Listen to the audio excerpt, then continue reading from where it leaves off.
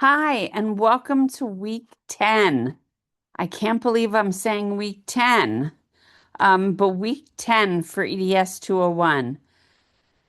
In this week, we're really talking about school as an entity and building community in schools, in classrooms, and in school buildings. So let me share my screen to review what we're doing. First, we're really looking at the secondary education system, taking a zoom out lens and looking at what secondary education looks like in the US broadly, right? Just broadly. And then we're looking at ways that we can engage students in their education, examining how they feel. How do they feel about their education? And strategies to support students' behavior in middle and high school classrooms. It looks like there is a lot here to read and to review and to watch, and I have some a podcast. However, I want you to know that that everything that's here is really short. Um, so let me show you. This is the first one from Jones. And you see, it's basically just, it's got some nice pictures. It's just maybe a page and a half, and that's it. So look at, and then there's another Jones reading about cultural influences in education. And again, it talks about different things, and it's really just like a page of reading. Then I have a quick video. It's 7 minutes that talks about career education in high schools. And then there is a video. This is probably the longest video. This is accessible on the BMCC library database.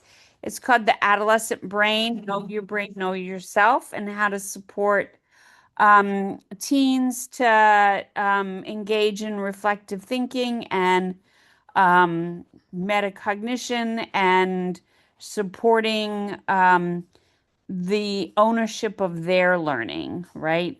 And it's like a 20-minute video, 15-20 minute video. It's not that long. Then we have a TED Talk about when students control their own learning. It is a nice TED Talk. It is not, it's again like 15 minutes. We have strategies for building community. And the strategies, again, maybe a page of reading. More talk about building community. These are 10 powerful strategies. The first are in elementary school. You don't have to worry about those. Then some for middle school and then high school. And those are the ones you should focus on with some videos in there for you to watch, which is always nice. So I suggest watching those. Then effective strategies to support middle school behavior. Again, not a huge amount of reading with some very practical tips, maybe about a page. Impactful classroom management, guiding behavior shifts. Again, maybe 2 pages of reading, but not really deep stuff. So this is um, a really great article that talks about, again, building community relationships from some very people who've done lots of research and lots of work in our field with very practical tips and suggestions. Again, it seems like it's a lot. It's not really a lot. They're very practical tips. So hopefully it won't seem as onerous as it is. It's maybe 2 or 3 pages. Then there is the video, Teens' Views of K through 12 Education in the US. There's a podcast, it's 4 minutes on teens are losing interest in school and say they hear about college a lot. There's some reading on PBIS and what PBIS is with a lot of graphics. And there's some other links that you can click to learn more about PBIS. So, again, not that heavy of a read.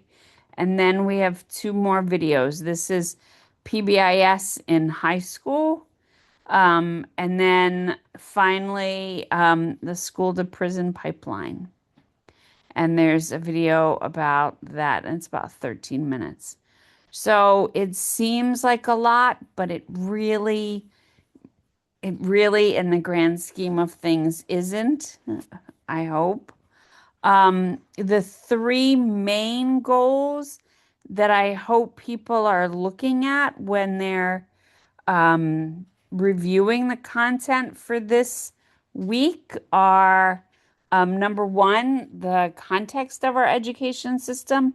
And I don't provide like a really deep dive. We could go much deeper into the context of our educational system.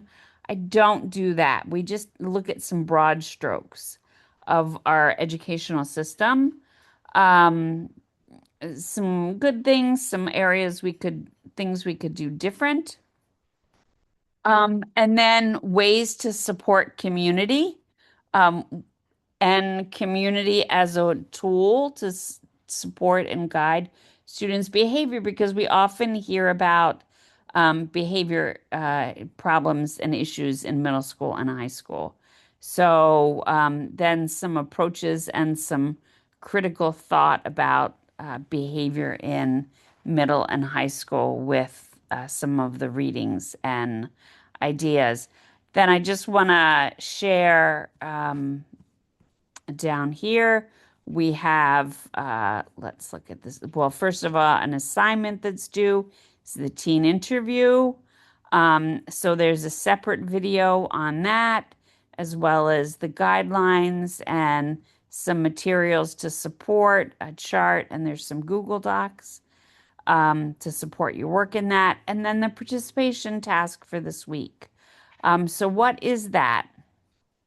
So basically, I have three questions, and you should cite three or more sources from this week in your post. So the questions for the task have to do with practices that support healthy physical, cognitive, social, emotional learning, identity development, and peer relationships, as well as career exploration in schools and classrooms. Um, how are the practices you listed similar to and different from those in the high school you attended? And how are the practices you listed similar to and different from those in your fieldwork placement? So, how should middle and high schools guide and support teen behaviors? There's zero tolerance policies. There's other programs that you will read about. What do you think we should do and why? And in your subject area or your discipline, what are three specific practices you will use to create community in your classroom? Tell me why you selected the practices and how you use them. Identify your discipline or subject area and the grades you hope to teach. So for your response, please pick a colleague who listed one or more different practices in response to question 3. Okay, how can the different practices they identified be used in your classroom, in your subject area, and in your grade? Okay, so thank you. I hope you have a great week. We also have spring break, so this is not due until April 12th. So I hope you have some rest and restoration and time to enjoy. Hopefully, we'll have some warm weather. Enjoy the break. So I look forward to your thoughtful responses. I hope you have a great rest of the day. Be well.